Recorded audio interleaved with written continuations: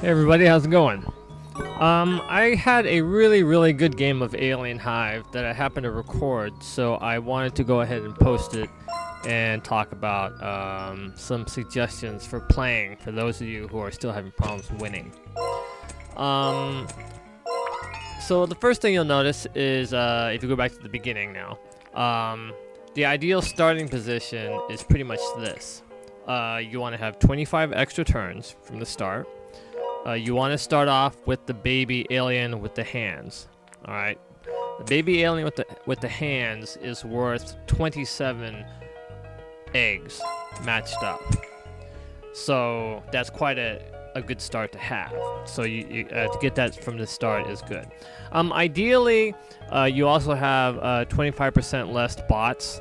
But what is arguably more important is to have pretty close to 5,000 gold, because at the end of the game, if you need it, you can buy another 50 turns for 5,000 gold. So I didn't have enough gold to get that, so I just went ahead and went.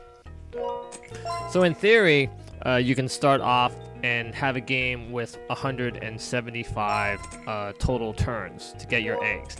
Now, if you do buy the in-app purchases, you get more gold, which is nice, and you get 200 turns, which is also very nice. It makes the game a lot easier. Another thing that you really want to start off with is a lot of magic plants. You're going to need around 16. You might get some when you play the game, but you really don't want to spend time focusing on plants.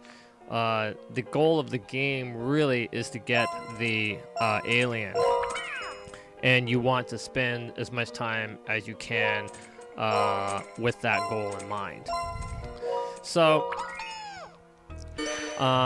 one of the keys to the game is just using magic plants like crazy. Once you have the baby aliens with the little hands, I have no idea what the real names of these things are, so bear with me.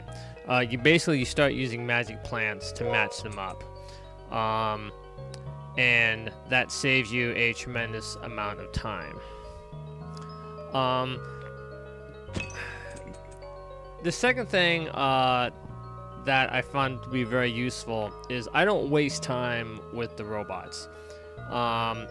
As soon as they come, I ignore them. If they get in my way, I destroy them with the bot killer. You can, in theory, match them up with like the wormhole, or if they're close enough, you can match them up. But if you match them up, what happens is you get that metal face, and it's very hard to get rid of that metal face unless you destroy it with your zapper. And you really don't want to have to wait to get 3 metal faces. One of the keys to the game I also found is you just want to have a lot of active working space. Like if you have like 3 of these and 3 of these and 3 of these, and they're scattered all over the place, it's hard to match them up, it's hard to move things together. Then you got bots coming, getting in the way, and it's very inefficient. And you want to keep your board very efficient because you only have so many turns to get your stuff together.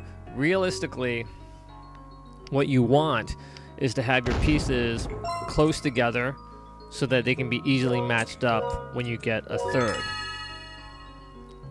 Now, my other video, which I'm going to leave up, I discussed this, and ideally you want your board to be kind of orderly, meaning eggs and seeds on top, and the higher leveled the next generation of creatures like this cocoon and those purple green plants, you want them on the bottom. And the reason for that is that when you match up items, the pieces that fall down from the top are generally level 1 items. See, they're little eggs, they're seeds, sometimes the light bulbs come out, and crystals. But for the most part, they're going to be low level things.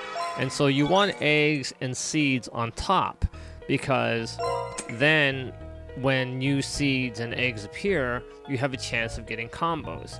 And ideally, you get lots of combos, because every combo is a move that is a match that you automatically get without having to waste a turn.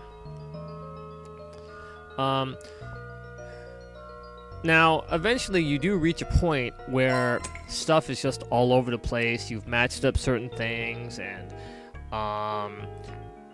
you know, now you have just single pieces kind of scattered all over the place. And in that scenario, you should consider using the shockwave to re-scramble the board and hopefully get pieces closer together. And it actually works surprisingly decent. Now, ideally, your board is kind of like this, where your stuff is together, and then you don't want to use a scrambler. You know, ideally, you keep your board orderly, and you can kind of control where things go and how combos appear.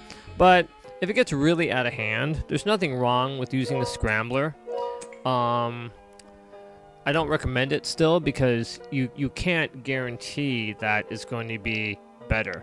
This is one of the rare times, where I used the seed, the fertilizer, which turns the seed into a level 1 plant. And if you go back and look at that, I just happened to notice that the seeds and plants were all in one gigantic chain. And so I used that to eliminate a lot of pieces at once and get some fresh pieces in. But normally I don't really use the fertilizer. Every now and then it'll come in handy, but I rarely use it. The most important thing is the magic plant. You will use 15 of them in theory to work your way all the way up to the top. Another really important thing about using the magic plant as well is that immediately getting rid of pairs of things, you know, whether it's this guy with the horns or the dude to the left with the little hands, you know, every time you use a magic plant to immediately match up 2 guys, you free up another space for something useful that you can use to, you know, get new pieces. So yeah, it's a lot of you want a lot of active working space where, you know, in theory, ideally every move you make will match something. You know, it really helps as well to try to be efficient about moving. So let's say, you know, okay, I'm going to move this down and it is going to make a match. You know, how many pieces do I move? Do I move 1 piece? Do I move 2 pieces? 3 pieces? Do I move the whole row? 4 pieces? The number of pieces you move, what you want to do is you want to look ahead and say, okay, after I move these pieces, what do I move next? What's the next move after that? Because ideally, you want your next move to also make a match as well. So, you know, that's the best scenario. The best scenario is you can, you know, every move you make makes a match. That's not always going to be possible, but you should try to keep it as close as possible. You know, every now and then you may need to waste some turns just to kind of get your board a little more orderly. You know, and that's fine. But, you know, you got to be kind of efficient about it because you only have so many turns.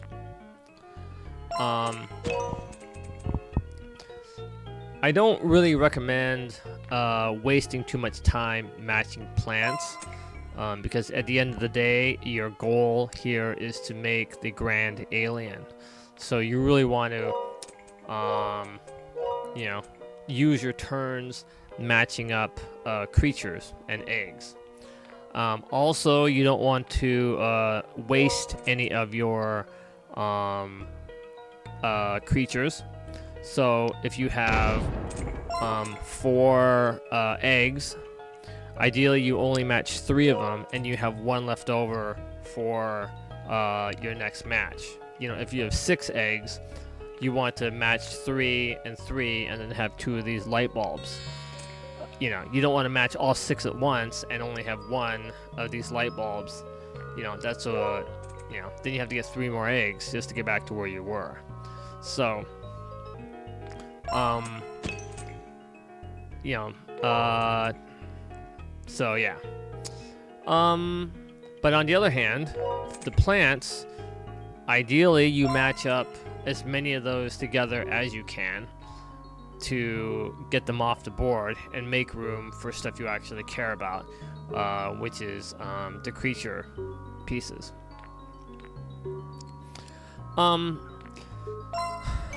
don't really have much suggestions for the wormholes. I'm not very efficient at using them, to be honest. When I first got them, I used to use them to match up robots and push the robots down into the corners. You can see the one, because when they're in the corners, they fall asleep and they're kind of out of the way. But I realized later that I was just going to use the bot blaster to kill them all anyway, so it didn't really make much difference. I used my wormholes to get pieces together.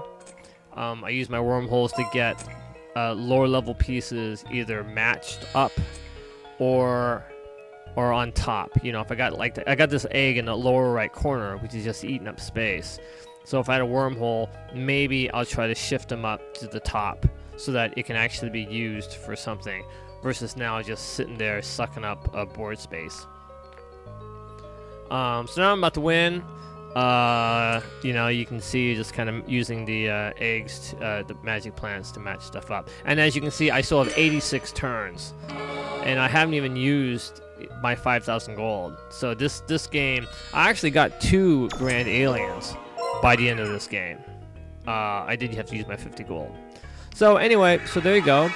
And that's how you play Alien Hive. I do suggest buying it, the in-app purchase though.